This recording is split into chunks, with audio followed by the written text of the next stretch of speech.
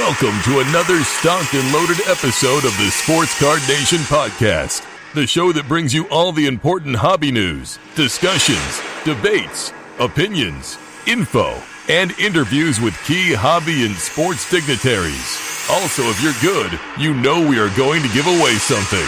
Now, here's the guy that wanted the cards more than the gum.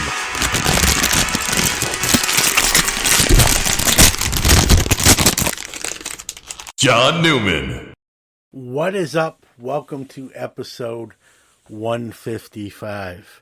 Hopefully everyone had a great Thanksgiving and you're back awake. I know I like my turkey and a nap. I don't know about you, but hope everyone enjoyed spending time with family. Got to spend some time with family.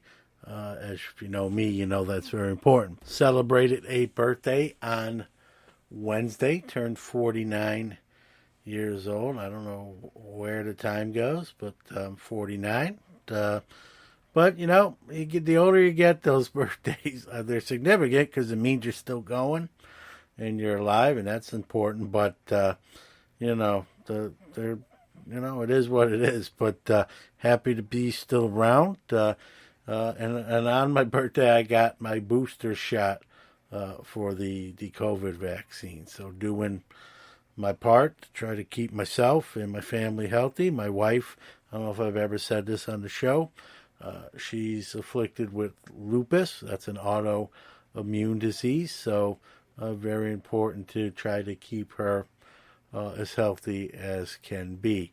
Got a great guest today. Gentleman I admire. I call him the number one investigative podcaster in the space. He's got a passion, and you know, he does it because he loves the hobby, loves basketball cards, and great. You know, I use those two terms, right? Advocate and ambassador. He's definitely both, and he's definitely an advocator when he's doing that research, finding out some of the not so good things that happen in the hobby, and dig and delve deeper into it, and to protect the community as best he can. And I admire him for that. You hear me? We'll talk about that during the segment. He's going to give his take, like a lot of people, on the Fanatics deal, and he's optimistic in the basketball space. You hear him kind of give his thoughts on what we've seen so far and what he's looking forward to maybe the most. Great conversation with Kyle from Wax Museum Podcast. Let's go! Let's go! Hey, what's up? It's your boy Caleb, at Mr. Caleb on Twitter. And remember, the hobby is the people. Hi guys, it's Max and Owen from the Sports Card Shop. Today we're going to be showing you the new releases for this week, and we're going to tell you about our special promo in a minute. So, on the 26th of November, we're going to be having 2021 Leaf Metal Pop Century. On the 1st of December, we have 2021 Onyx Vintage Extended Series Baseball.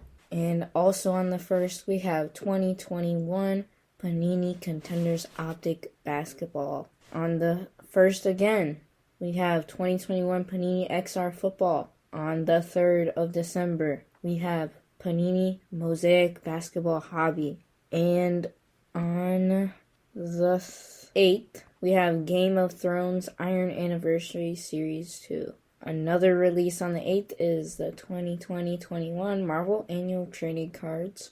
2020-21 Panini 1-in-1 Basketball, 2021 Panini Spectra Football, 2021 Topps Chrome Black Baseball, 2021 Topps WWE Heritage Wrestling, 2021 Upper Deck All Elite Wrestling, 2021-22 Upper Deck Artifacts Hobby, 2021 Leaf Autograph Mini Helmet Football, and 2021 Topps Heritage High Number Baseball. The last two are on the 10th, and the rest are on the 8th. And Owen's going to take it away with our special promo. This week's Sports Card Nation listener special is 10% off of any stock NFL football hobby box. DM us on social @_sportscardshop to get the deal. Happy Thanksgiving to all, and happy birthday, John. Thank you guys for tuning in. Thank you, John, for having this show. See you later. Bye. The Sports Card Shop is your small-town local card shop with a global reach. Located in New Buffalo, Michigan, the shop is one of the most accessible in the Midwest. In addition to being an authorized Panini direct dealer, the Sports Card Shop carries all major trading card brands, including Topps, Upper Deck, Pokemon, Yu-Gi-Oh!, and more. With all that new wax, 500,000 singles, and showcases full of graded cards, you're sure to find something great for your collection, whether you're just starting out or a seasoned collector. The Sports Card Shop is your one-stop shop. So call us, come see us, or visit us on the web and social media. Our phone number is 269-469-0140. Website is thesportscardshop@moco.com. The Sports Card Shop is part of the Moco Retail Group, connecting sports, the hobby, and people around the world. It's time for the Hobby What's Up, where we go around the hobby world and tell you all the latest news and breaking stories from the hobby we love. What's up? What's up? What's up? What's up?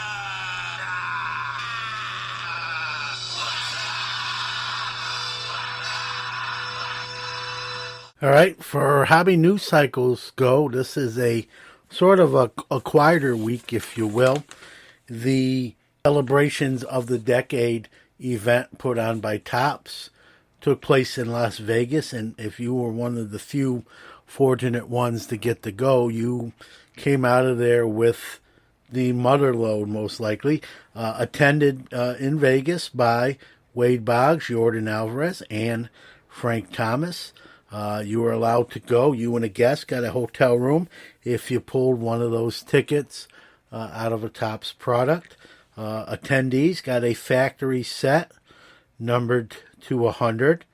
They got a special Topps Chrome box of Celebration of the Decades. It is rumored to be the least produced Topps Chrome product in the history of the company. You got another box set. You got a triple autograph card of the three baseball players that were at the event: Wade Boggs, Jordan Alvarez, and Frank Thomas. So again, if you were fortunate enough to go, you made out like a bandit. Holy shnikes. It'll be interesting to see what some of these items go for on the secondary market based on their limited availability. I know I, for one, will try to keep tabs on that, and if my memory works, I'll let you know what I find out. More Topps news. The online exclusive 2021 Bowman Draft First Edition offered online by Topps. It is sold out, $750. Not sure it's a box. It's being rumored to be 50 packs. I don't know what form, if they're just going to send you 50 packs or in a box, but 50 packs, $750, 10 cards a pack, so 500 cards for $750.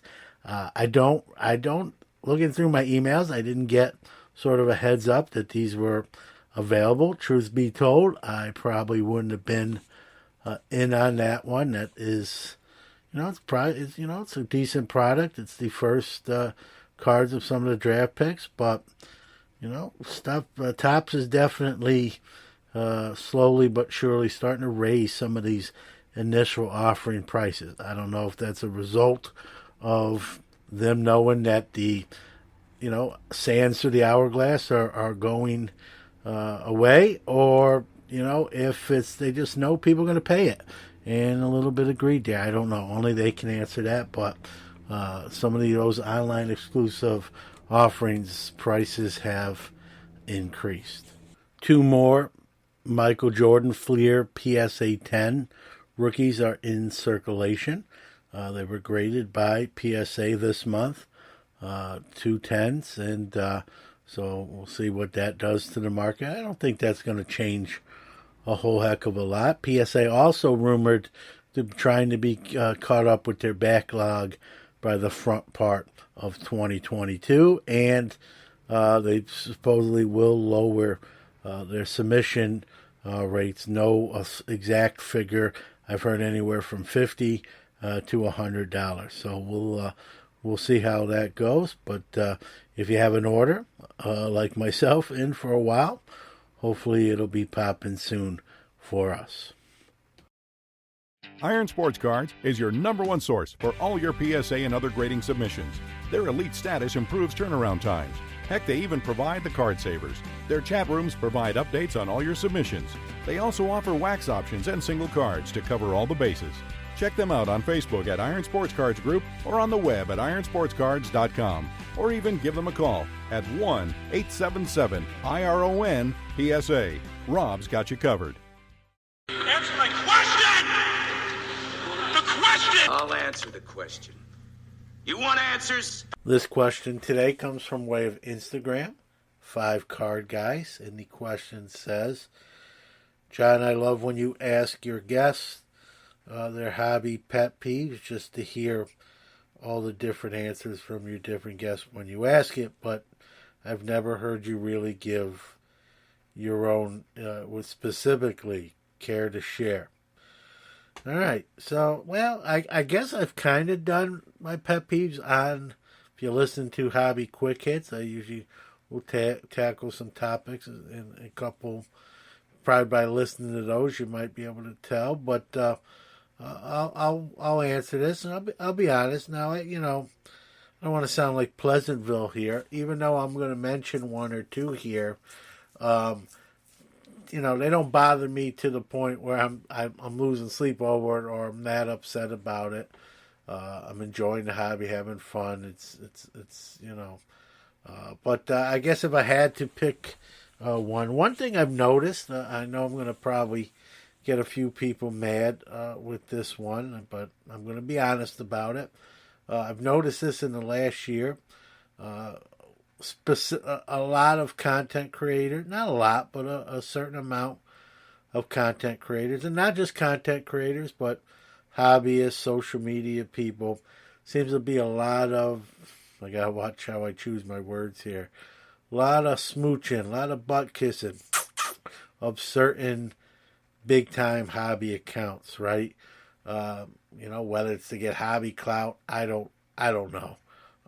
It's none of, I guess it's really none of my business, but I just think it's sort of interesting, if you will. I don't know what the end goal there is, the end game, but you see a lot of that going around. People just trying to sort of ride the coattails of others, if you will. I don't know if it works. Maybe it works. Maybe I'm the dummy here, just not getting in on the action. But I know some are going to hear that and, say, maybe hit a nerve and be not happy with it. I know some will hear that and say, yeah, you're right. So I guess it depends on who hears it. But I see it. It's pretty, it's not, behind the curtain stuff. It's pretty out there. And,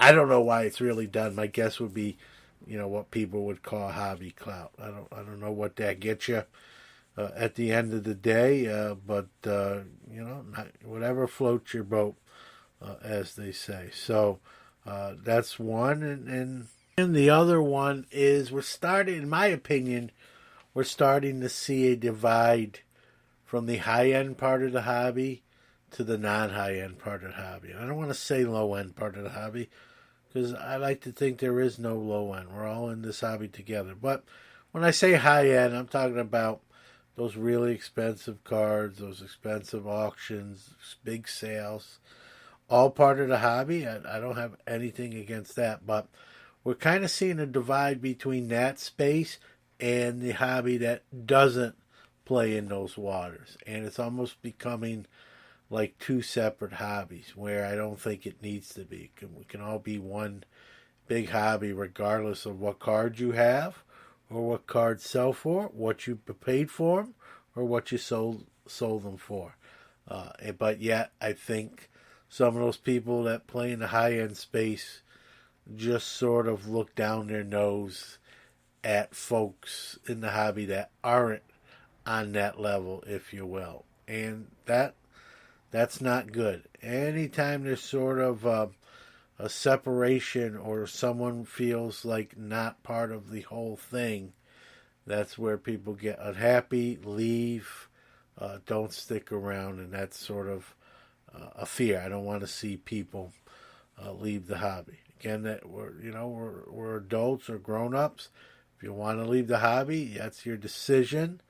But I hope it's not because of how the hobby treated you or how someone else treated you to make your experience bad enough that you say, I want to leave the greatest hobby in the world. And so I'm seeing a little bit of that too. And can it be fixed? And sure, it can. Will it? I don't know. But I gave you two things there. So there you go.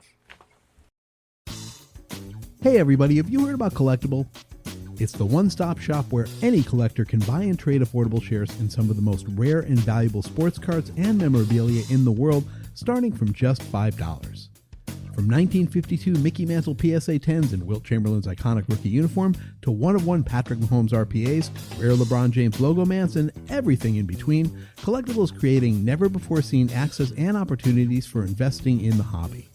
Just download the app and sign up with the referral code SCN to get your first share free. Please note this is not a recommendation or solicitation to buy any security. All investment decisions should be undertaken after doing your own research. Sports Card Nation! It's now time to chop it up with our featured guest on the one-of-one card shop guest line. Let's go! All right. I always like having fellow content creators on the podcast because we share, very similar bonds and we kind of know the landscape and we do similar things. So I'm really happy to have this next gentleman on, and I'll tell him why, while I'm talking to him. But I don't want to make him wait any longer. Kyle from Wax Museum Podcast. Welcome to Sports Card Nation. Hey, John. Thanks for having me. I appreciate it. You started Wax Museum Podcast in March of 2019. That doesn't sound like a long time ago.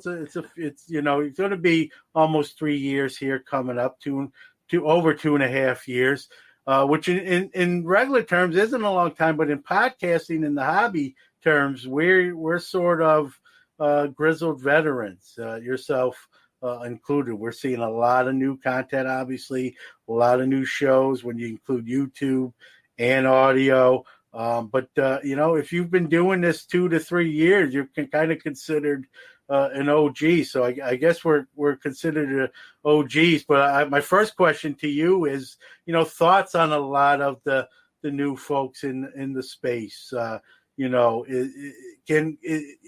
always use the term like a swimming pool. There's a lot more people in the pool splashing around. Your thoughts on that being sort of when you started, like me, it was a lot less.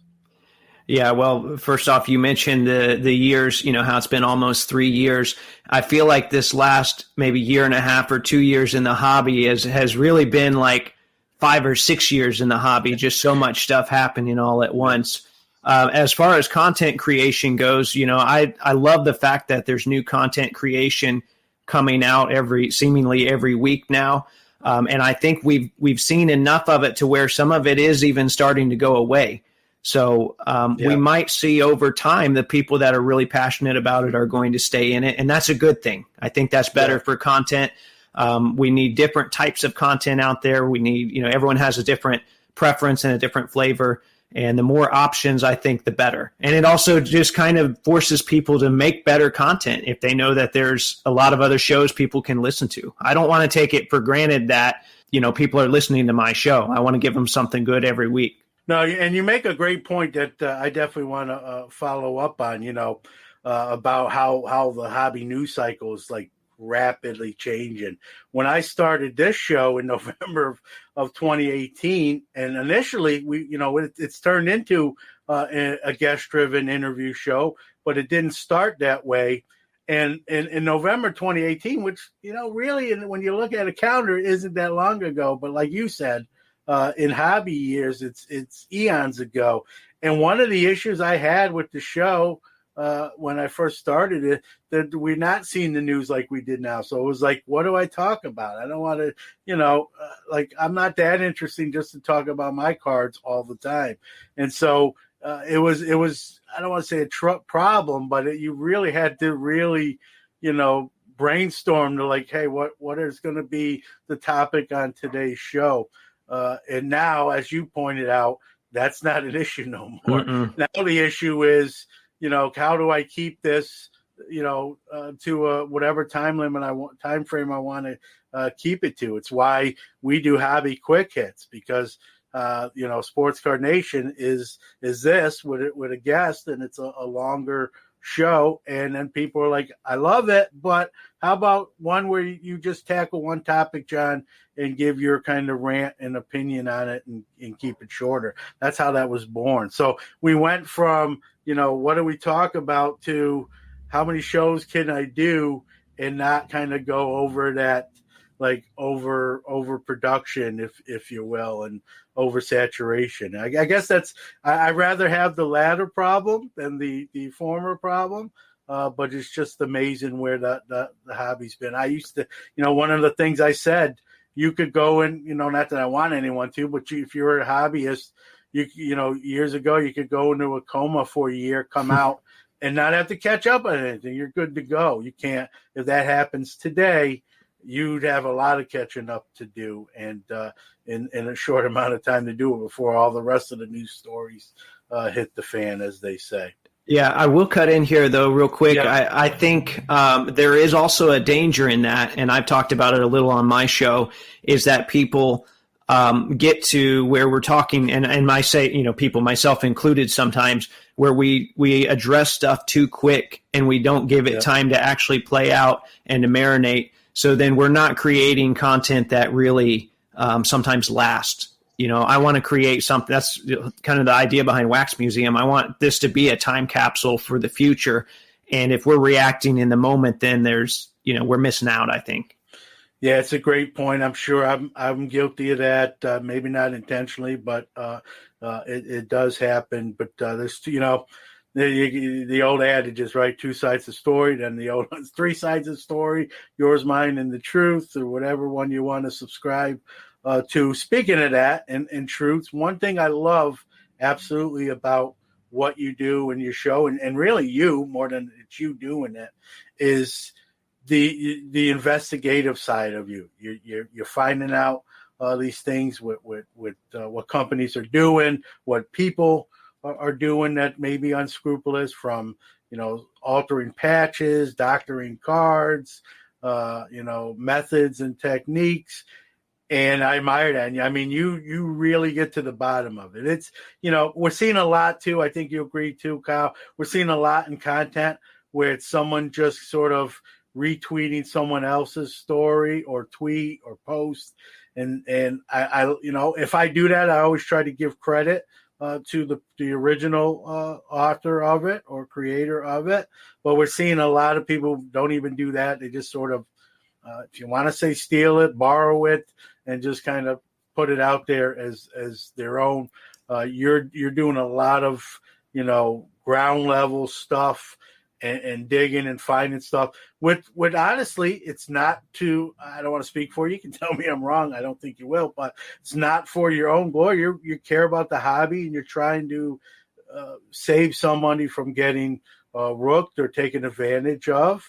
And I think that's really one of the most important things you can be and do as a content creator is look out for your fellow hobbies and have those best interests in mind. A two-part question, I guess, is, where did that come from? Is that something you've always been like that, even when you were a younger man, a kid? You just always tried the research stuff, or did it come with the content creation? Like, was it already instilled in you, or did you just learn to do it?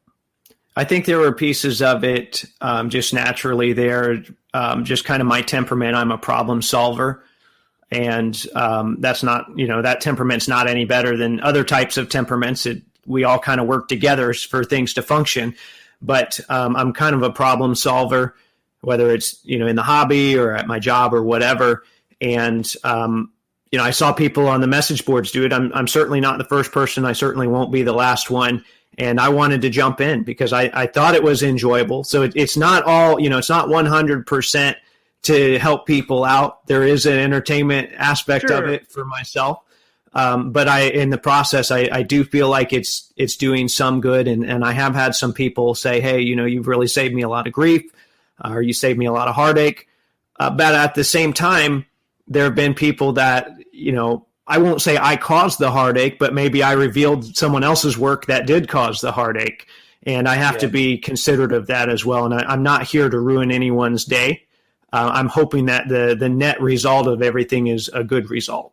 Speaking of that, again, I'm glad you're doing it. I appreciate you doing it. I'm going to be the guy that says, hey, if you don't want to get in trouble, don't do anything wrong. It's like someone who's mad that they get caught. Well, don't be mad that you get caught. Just don't do the crime if you don't want to.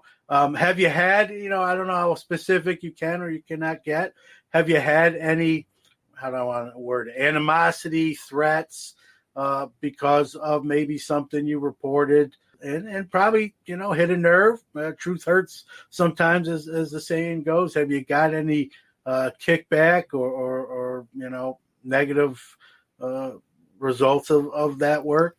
I have had some people reach out to me and message me that, I'm defaming their card or whatever. And well, first off, sir, that a card is an inanimate object. But they are very unhappy about what's happening. And what I tell them is pretty simple. Like, look, I'm not out to ruin your day. I'm going to post the before pictures from Worth Point. I'm going to post the after pictures, which just happen to be on your account. And people can take that for whatever they want. If they deduce that your card has magically, degenerated to where there are no more damaged edges, then that's fine. If they've concluded that someone has trimmed or altered that, then that's, something that they're going to have to reconcile with. And now that you have it, you've got to reconcile with too, but don't shoot the messenger. And that's not a message, obviously they don't like hearing that. What I tell them is, well, if you didn't do it, then let's just trace it back. I'll help you trace it back. Tell me who you bought it from. We'll look and see who they bought it from, and we can go from there. So I do even in their misery, I try and offer them a way that, hey, we can have a good resolution to this, aside from the fact that the card will never go back to what it was. But we can have some closure to this if you'll allow for it. And if they're pretty adamant against that, then that tells me that they probably had something to do with it. But I'll let other people come to that conclusion. I'm not going to broadcast that usually. Yeah, and I think that shows your integrity. You're just saying, hey, this is what I've found. This is what I discovered. If you're saying, hey, I didn't do this. This is not my doing. Let's work together to figure out where the buck stops, so to speak. And, how many people, a lot of, it's easy to, I don't want to say it's easy, but a lot of people will report the thing, but I ain't going to do that. I ain't going to make that offer where you will. And again, I think it's a testament to your integrity, to how you do business and how do you operate. And I think that's obviously a positive, and it's good for the hobby because, like you said, you've had people reach out to you and say, hey, thanks for probably saving me on this one, or making me aware of this, where I avoided that sort of pothole in the road. And, that's really, we need more of that in the hobby. I think, there's people doing it, but I think we need to see more of it. Go ahead. Earlier, you kind of alluded to the fact that there is a thin line between curation and theft.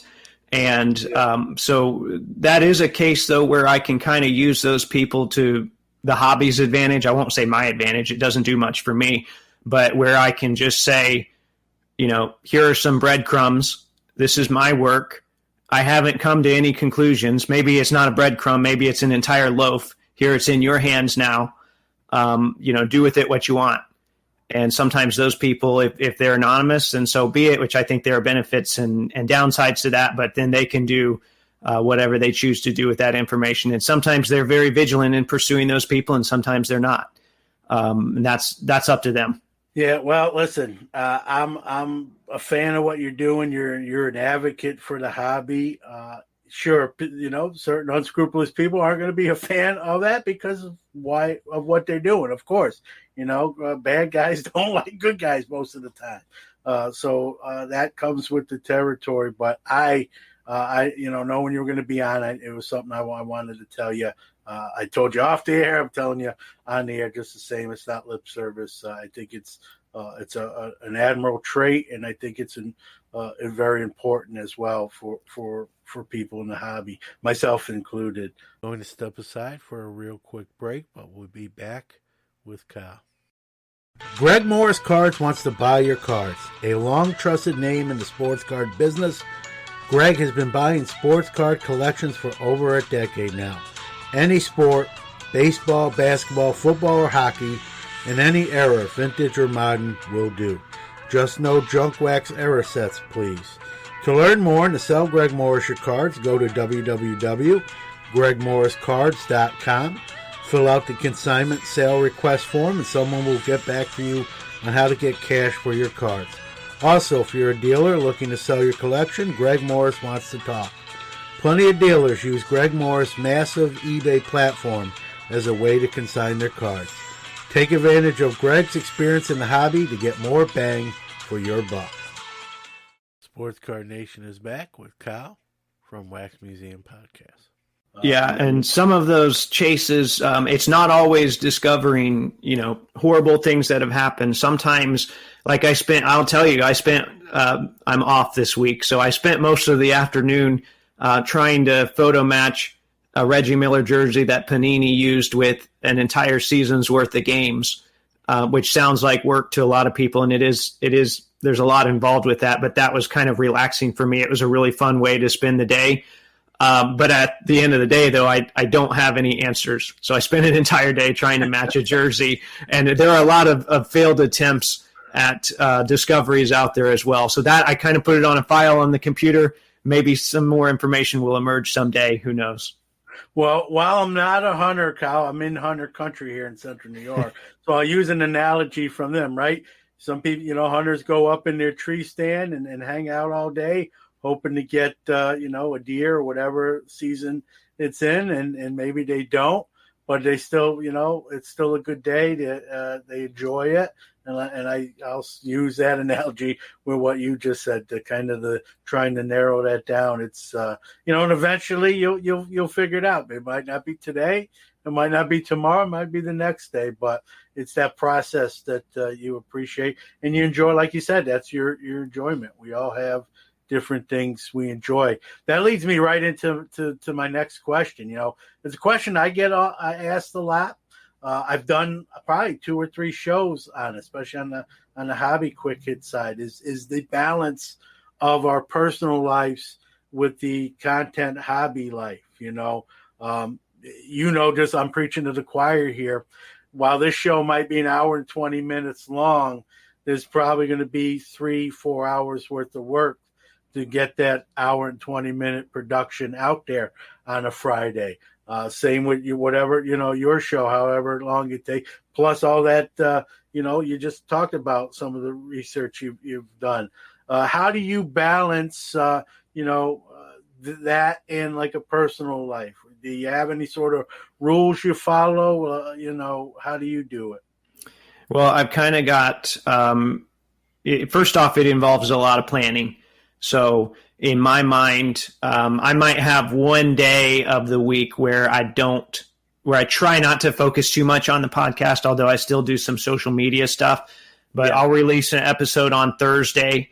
I'll try and spend that day responding to messages and comments. Friday, I try not to really do too much with it. I might just retweet something. Saturday, I'm figuring out the topic. Saturday and Sunday, figuring out the topic for the next week. Working Monday on the script, Tuesday and Wednesday on recording usually is the way that goes. But if it's a research intense episode, then I might be working on that on the side for a couple weeks. The interviews take a lot less time. So as of right now, though, that works for me because number one, I'm a teacher. I have a pretty friendly schedule. And then number two, I don't have any kids. So right now, just cats. So right now they require very little attention and I can do that. And then my wife's gone back to school. So while she's studying, I'm, doing my thing. So right now it works. But I've told other people before, I said, in the future, if Wax Museum Podcast is around, it probably won't take the same form. Maybe more interviews, maybe twice a month. I don't know. It's hard for me to tell what that will look like, but it is very time consuming. But I'm okay with that right now. You won't see me complaining about it. It's a choice that I've made. Yeah, a labor of love is what I like to call it. And like you said, you're your own boss, so you can go, hey, we're going to be every other week, right?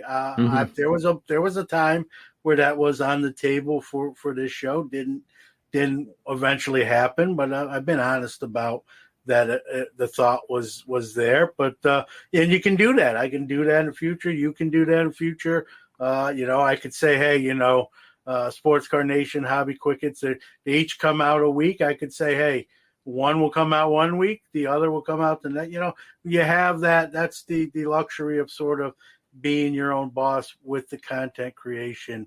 You can adapt to whatever's happening in real life. Speaking of, and I say real life, I always do that. The cards and hobbies, real life, but I guess more personal life is probably how I should coin it. I got to ask you, because I always love to hear, and I've shared things with me, things you like to do outside of the hobby or cards. I know you're a big Pacers fan, so I imagine getting to some games might fall under that answer. But what else maybe?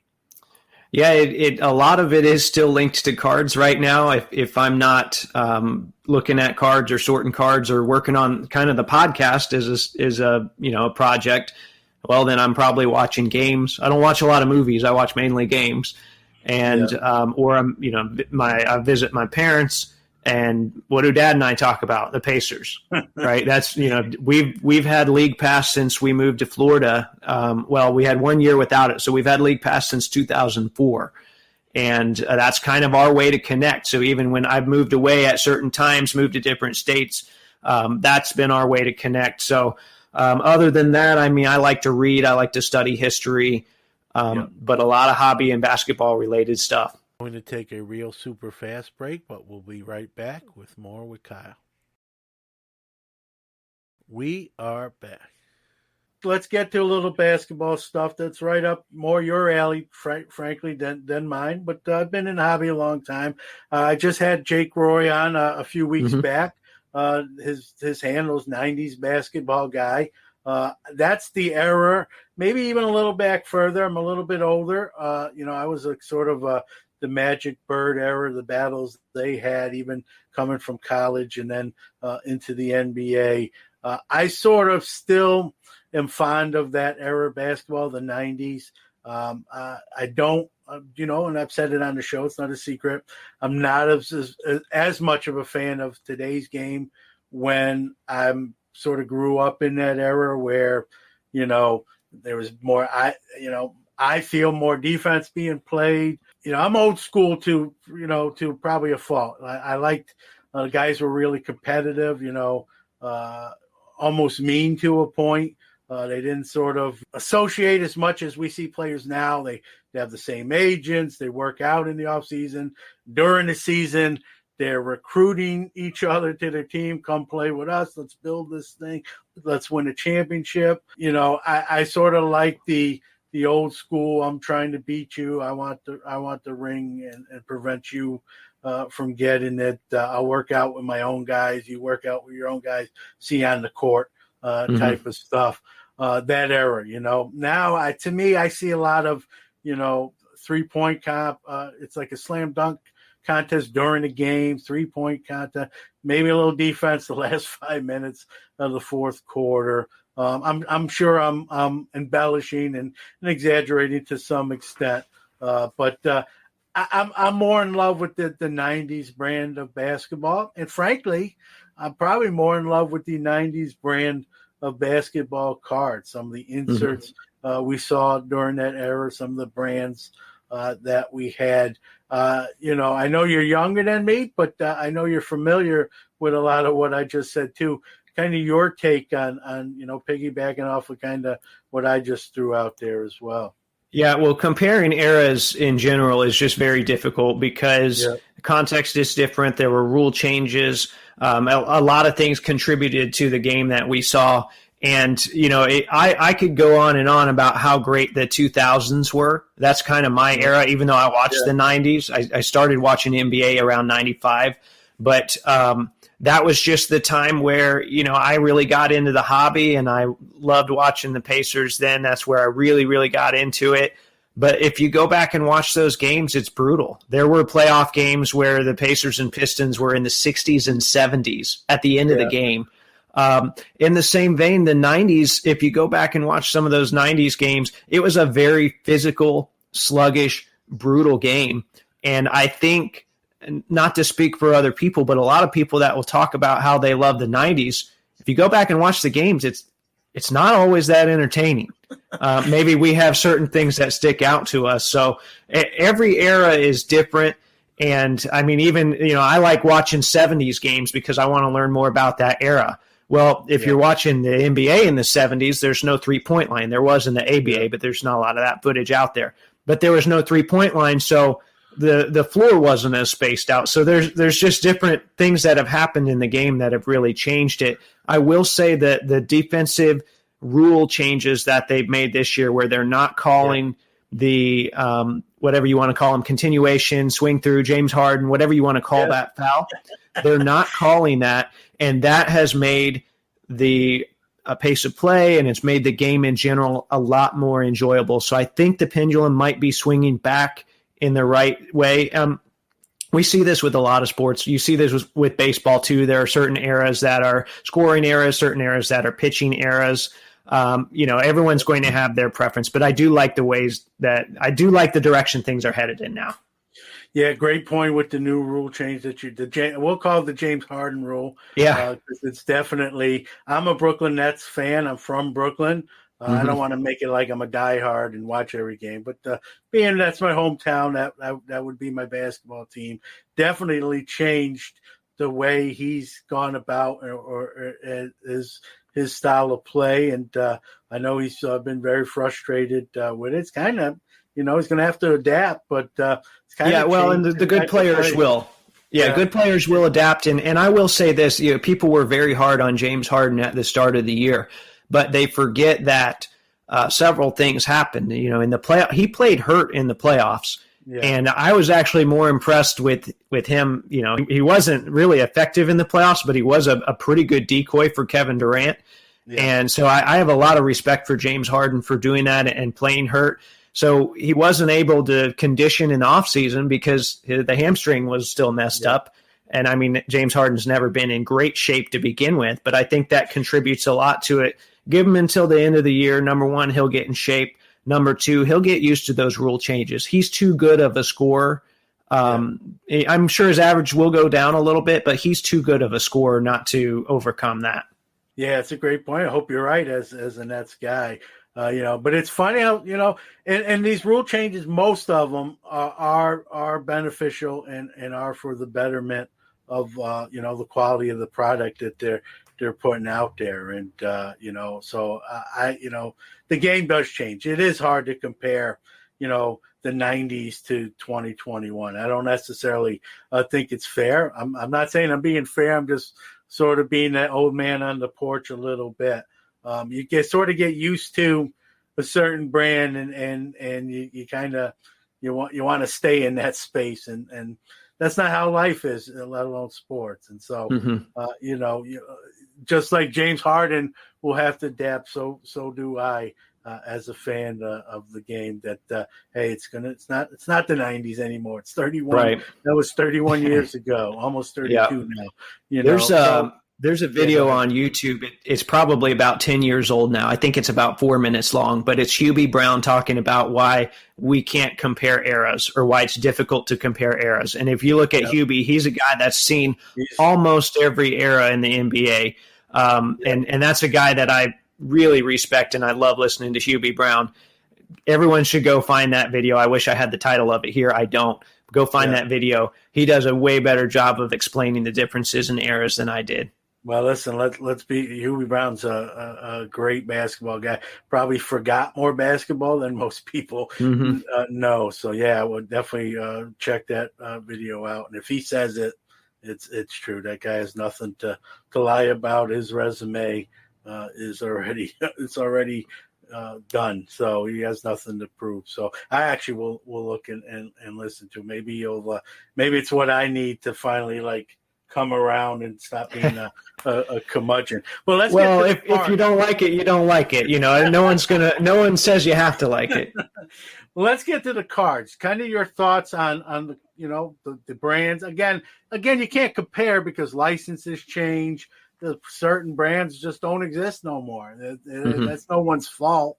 We can't critique anybody. But if you said being in the cards in the 90s to 2000s to what we're seeing with Panini right now producing, your assessment of it. You think they're doing and listen, you're not a shy guy when it comes to giving your opinion on this stuff. Do you like where the hobby is right now basketball wise, or your take on that?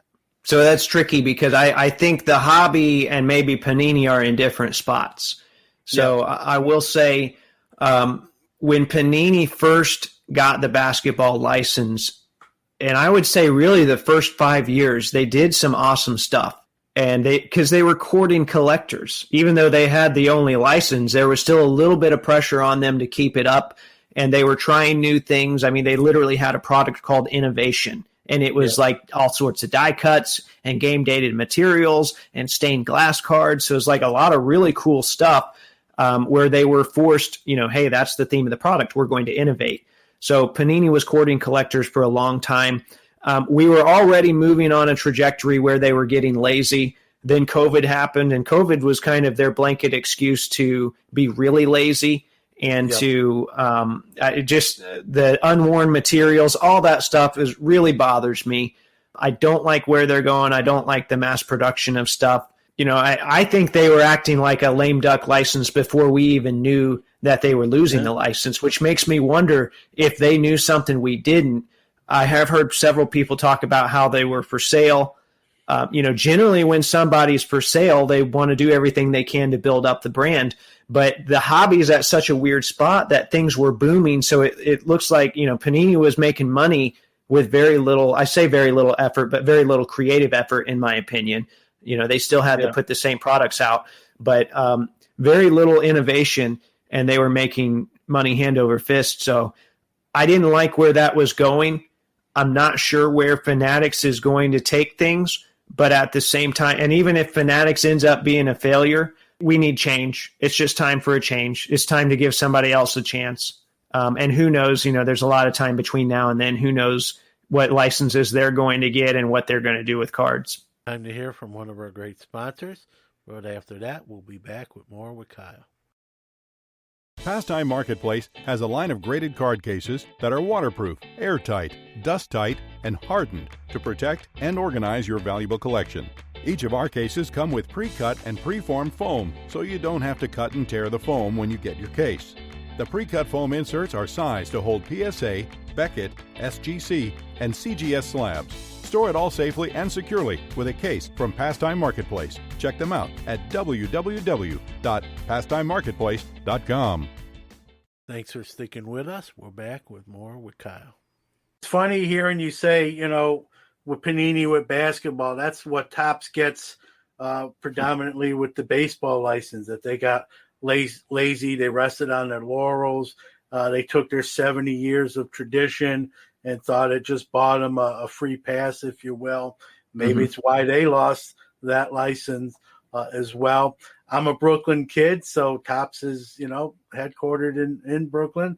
So sentimental me was disappointed when that news broke. But, when you kind of let emotions settle down and your cooler head prevails, you realize, they really shot themselves in the foot here as well. They're a little bit culpable in this. I may not like how it sort of was Pearl Harbor-ish, or at least that's how it's been reported, how these deals were done sort of in quiet back rooms without word being leaked out. I thought maybe you should be, when someone in Topps' case has 70 years of, tradition or history, they probably maybe deserve it, whether you like what they're doing or not, by a little more upfrontness, even if it's you being upfront and saying, hey, we're probably going to go in a different direction. We're negotiating with somebody else, and we want you to kind of know that. But again, that's not, it's easy for me to play, armchair Topps. Yeah, I mean, it's business.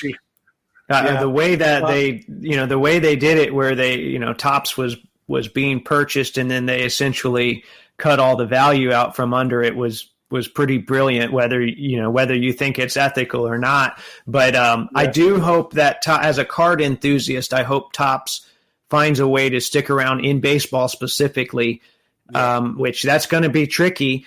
But I think, turn Ginter into a pop culture set and sign 20 or 30 baseball players to, independent deals. Use your Topps heritage lineage and have airbrushed photos, but do something to keep baseball cards on the market from Topps. I don't want to see that 70 years broken. Yeah, and I feel the same way, and I'm glad to hear you say that. I got to ask you, there's a chance that Fanatics could buy one or both potentially. I don't know about both. I don't see both being sold to them, but what the heck one thing I've learned in the last 3 years, you don't know.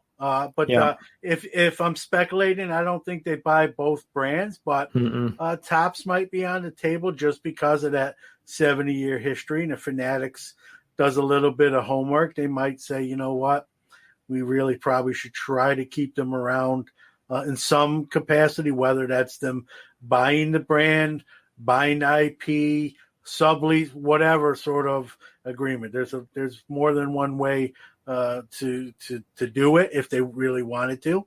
Everyone asked me, John, do you think Fanatics buys Topps? Personally, I hope they do.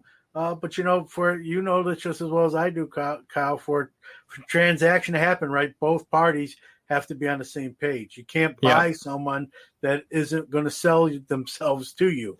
So Topps has got to kind of swallow their pride a little bit. Michael Eisner, who's not used to losing. You mentioned how this rug got pulled out at the last minute before the SPAC went live for them to be a publicly traded company. He was not a happy guy if you read all the reports. 3-hour conversation with Rob Manfred.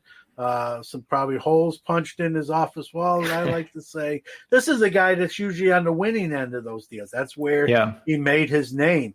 So this is sort of not a position he's very familiar with. And so he better get that Disney and Marvel license at least then, right? So it's going to be interesting to see if you're in the business and into those sort of underlying stories, if you will. It is going to be interesting to see what happens here in the next 2 to 3 years, what Topps / Michael Eisner do, what they can pull off. He's still obviously the head of that company. He has a responsibility to make that company as successful as they can be. I'm sure it would be painful to sort of lay down your weapons and sort of become part of Fanatics or sell to Fanatics, but it might be what is in the best interest of Topps. Michael Eisner's a smart guy. Someone asked me if he's capable of doing that. He's capable of whatever's best interest of the company, and quite frankly, his own wallet and bank account as well. Right. Let's be real as well there. So I think that deal is probably the most likely to come down. It's just whether they can agree. For sale to come down, just like in a card purchase, right? Both parties have to agree on a final sale price. And so, and who knows? Something might come out of left field, like maybe Upper Deck sells Fleer's intellectual property to Fanatics, right? Whereas they're not buying Upper Deck, but hey, we've got this valuable Fleer stuff, which I don't think they're going to do, because that's kind of, it's funny. That's how Upper Deck has prolonged their life, is basically living through another company that they purchased. But, who knows? It'd be pretty crazy to see Fanatics putting out Fleer cards in 2024 or whenever.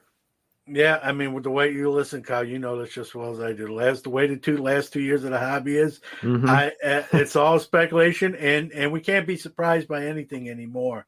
It may catch us off guard, but anything is Kevin Garnett line here. Anything is possible. It applies to the hobby too, just not just winning an NBA championship. Now, in your answer, I sense, and I'll ask you, you're not as disappointed. Let me put it this way: you're not as disappointed in Fanatics getting the basketball license as I am with them getting the baseball license. Would that be correct? Yes, that's correct. Yeah, I will. I will not be doing any probably, farewell Panini episodes, or if I do, it'll be more facetious than anything. Now, Grant, I will say, like I said earlier, Panini has done some awesome stuff. There are some Panini sets that I absolutely love. There are some Panini sets that I'll miss, but it's time. It's time to move on, and I'm excited.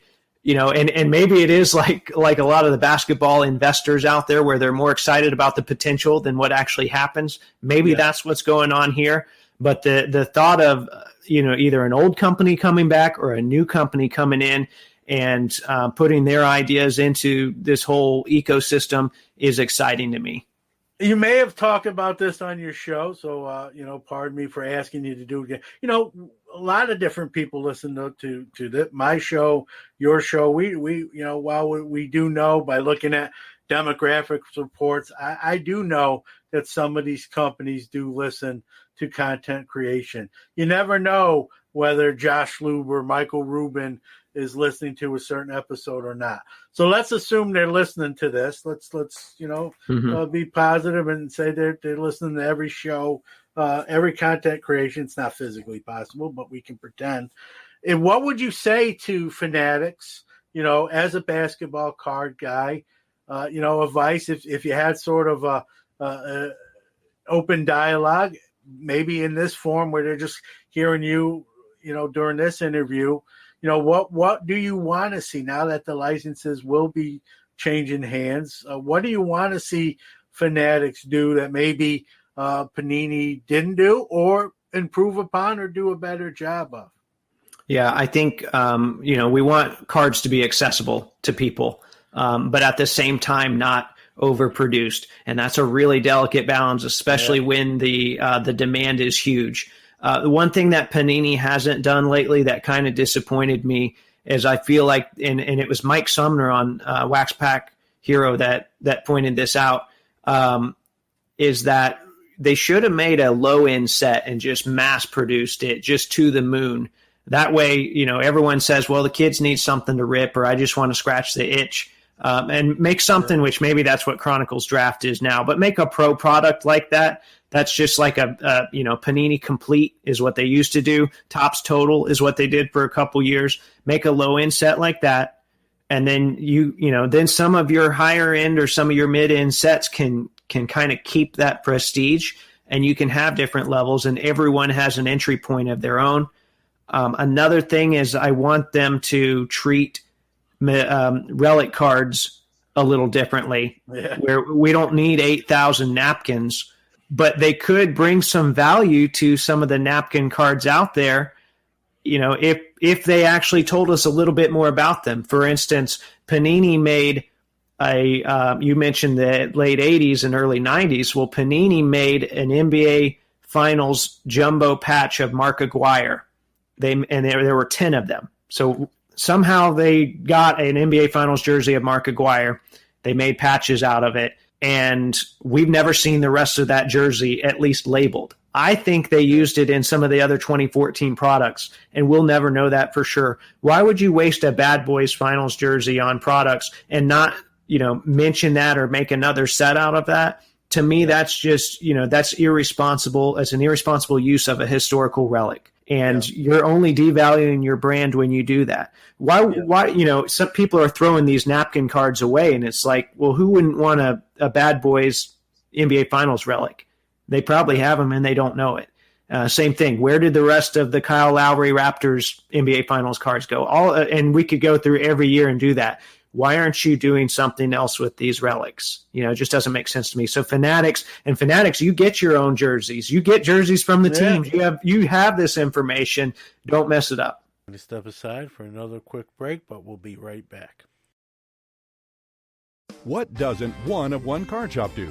From box, case, and personal breaks, there's always fire being pulled. They offer bulk grading subs, and their large store located in Strongsville, Ohio, offers an incredible selection of sports cards, non-sports, and authentic autographed memorabilia. Steve and family will treat you right. Check them out on Instagram at One of One Card Shop or on the web at oneofOneCardShop.com. Sports Card Nation has returned with Kyle from Wax Museum Podcast. Topps does this with some of their higher end brands. They put the little round hologram sticker with a serial number. Yeah, I love put that in. I almost think, I know it's a lot of work. I get it. Cry me a river. I guess it's easy for me to say. I'd like to see literally almost every, game used item sort of have a provenance that was used in this date. They're using, or even if they can't narrow it down to a specific one game, hey, it was used the week of, November 11th to the 17th during that. Or tell me what season it was from, at least. I've seen there are old Fleer cards that used to do that. They did it, Fleer, Donruss, Leaf, they did it a lot with football. The relic contained in this card is from the jersey pictured on the back, something like that. We just don't see that now. And, if they're worried about not being able to do that for every relic, we'll make less relic cards. People don't want them anyway. If they're not going to have any meaning, don't make them. I agree. I think the ones they should make should have some provenance of some sort, like you said. Even if it's, hey, it was used in the 2016 season. If they can't narrow it down to a specific week, game, performance, what have you, at least it has some sort of provenance. And again, I think I speak for 99% of the hobby. The event worn, or he threw 20 jerseys on over each other and then took them off, and we cut them up. I think people are sort of that gimmick is sort of run its course. And here's I'm a little different about that, though, if you don't mind me cutting in here. Go ahead. It's funny because there's a basketball set called Next Day Autos that are signed at the photo shoot that people are really excited about. And those same people make fun of the photo shoot relics. It's like you realize that the same event that made your autograph significant is the same event that you're using to downplay your relic. It doesn't make a lot of sense to me. So I think it's cool that they have a photo shoot and that those relics are from that. And I'd love if they would, hey, put that on the card. Or even if they're going to do player worn with, I know they do it with football. They actually don't do it with the basketball veterans, which is a lot of people have misunderstood. But with football, like, all right, if you're going to have Edgerrin James wear 15 jerseys, then, get him at the Hall of Fame ceremony, find him somewhere where maybe you can add some significance to that event worn. Yeah. And with the cards you mentioned too, there's the event itself.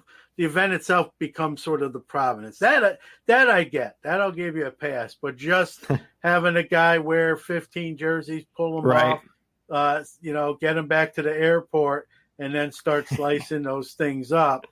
That I don't necessarily like.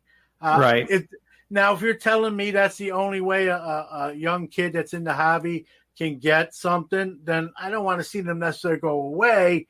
But I like to see, like we talked about already, a little bit more. Hey, this patch is, this part of the jersey was from this event, even if it's Hangar 18, wherever where we did the event, something where there's some sort of provenance. I think people like that. There's an attachment to it than just to say this is event worn. Where? What event? Sure. Show me a photo of him wearing it, as long as it's not like the Mark Ingram. Yeah. A little more specifics. I think that's what really people are asking for. And the more specific you can get, obviously, the better. Right? Like we talked about with the Topps, where they, at one point I had a Conforto patch that literally told you what date the game was. I went and looked it up. He went like 4 for 5 with 2 home runs. I mean, you can point to that. It's a pretty cool piece of history. So I went to Fenway on my honeymoon, and I've tried time and time again. Every Red Sox card that came out like 3 years after that, I was trying to find one from that game, but I don't think they actually grabbed any materials from that game. But I love that element of it. Yeah, I'd like to see more of that. I know it's not easy, and it's easy for us on a podcast to do their job for them. But I think they could do, while it's not as easy as we make it sound, I think they can do a better job than what they're doing now. And I think that's all a lot of people are really just asking, do better, right? The hashtag do better. Well, and there are old warm-ups on Fanatics website right now, mainly of lower tier players, and they're really expensive, but of like the Nets, of the Sixers, and the Knicks specifically, a lot of old warm-ups from the 2010s.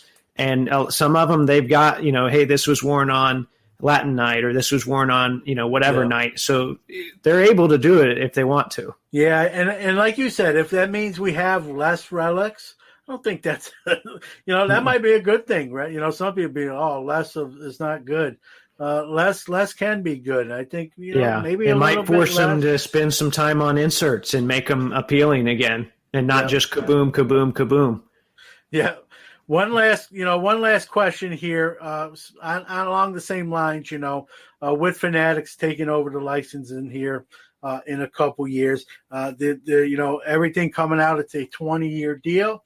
It's not cheap. There's a lot of money exchanging here. And as a collector, are you worried about, maybe mass production, overproduction? They need to make their money back. I don't forget. I know you don't forget, but certain people might forget. Like, Fanatics is a business. As much as it might be fun to hold the license, they're also, trying to make money and have to, pay their staff and all the other expenses they have, and more than that, make money. Are you concerned between the length of the deal and allegedly what it might cost them to make this happen, that you may see just a mass production that can be potentially detrimental to the hobby we love? Yeah, I'm actually pretty concerned about that. And I want to give them the benefit of the doubt, but history repeats itself. Yep. And they're, what's going to keep them courting collectors? It's just like a marriage, right? What's going to keep you courting your significant other? Well, what's going to keep them courting collectors? And not only that, but the fact that they have all of the licenses, it's going to be very tempting and very convenient for them to just make everything cookie cutter. We're just going to do, whatever brands they acquire. We're just going to do this base set for every sport. We're going to have all the relic set. There won't be a lot of difference between the sports. Who knows? But there are, as excited as I am for Fanatics, there are a lot of things that concern me about the deal at the same time. I do want to give them the benefit of the doubt. I know, we saw the huge PDF sports cards are cool again, or whatever it was called. I saw your version of it. It was a lot easier to read. But I want to give them I'll give them the benefit of the doubt here at the start. But, a few years in, if we see things sliding in a bad direction, if Wax Museum Podcast is still around, you're going to hear about it. Yeah, and I'm glad, and I hope that's the case. And I read it. I figured if I'm going to make fun of it, I did. The least I can do is do the due diligence and read it. And a lot of it was accurate. Truth, full disclosure, a little bit long, a little bit pretentious, but we all can probably be guilty of that at one time or the other. The one thing that just set me off, and I know Josh didn't, and I don't know Josh. I don't want to sound like I know the guy. I know it probably didn't mean it. We talked about this even on an episode of Hobby Hotline with Dr. Beckett. I know he didn't mean it exactly like that, but the title hit me right off the bat. As someone who's been doing this almost 40 years and loves sports cards and trading cards and the hobby, hearing trading cards are cool again. Like, trading cards have always been cool for the last 40 years. Well, popular might have been a better word. Yeah. Or mainstream. Yeah, it could have worded it different, so the wording bothered me, and so that was my response, was just to do a one-page. Trading cards have always been cool. No PDF download necessary. My little tongue in cheek, and because that's how I honestly feel. And I get it. I know what in the grand scheme of things, I know what he meant, but I just wanted to sort of counterpoint the point a little bit with the, hey, some of us have been here, Right. all the Yeah, time, and it's always been cool. If we averaged out the time, though, that I spent reading both of them, I think it's still well over an hour. Well, it's not my fault. Let me just say that. Right. Kyle, thanks, man. I appreciate you coming on and sharing some of that basketball expertise. You do a great job. Continued success, and enjoy the week.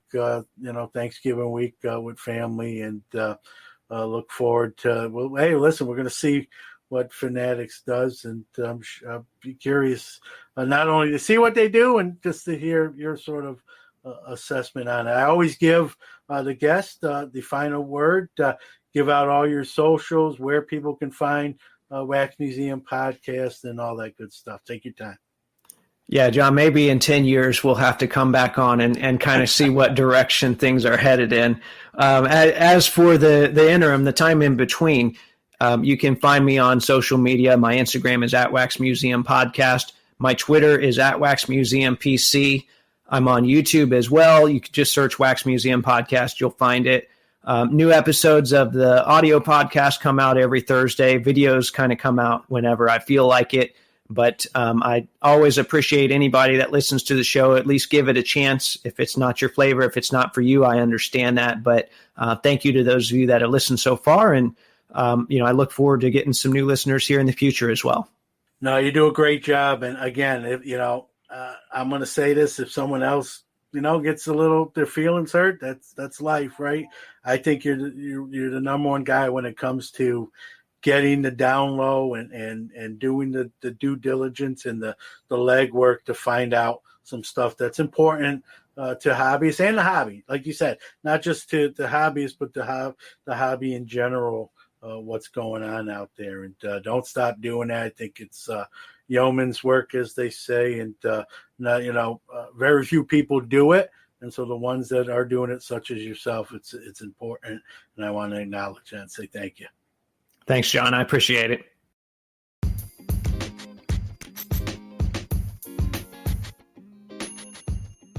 We love our listeners. Without you, there is no us. We care about your opinions and feedback and invite you to reach out to us on any of our social media accounts. On Instagram @SportsCardNation Podcast, Twitter @SportsCardNati1, or email the show at SportsCardNationPC@gmail.com. We don't ask for much, but if you really like the show, give us a shout out. Tell your friends or give us a follow on our social medias. If you enjoy the show, please give us a positive review on iTunes or any of the platforms you are listening on. Thank you.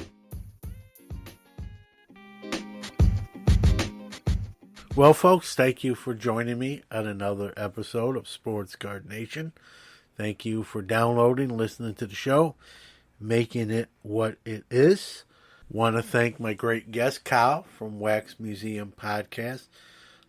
Great, again, I know I say it a lot, but it's true, advocate and ambassador of the hobby, passionate, cares, willing to put in the work, kind of get in the trenches and find the information to make the hobby better. And very important work that he does there. And so appreciate him coming on and sharing some of that insight, some of his thoughts on Fanatics, and some of the backlash he gets for sort of kind of uncovering some of the wrongs of the hobby. But very important that occurs. So good on him.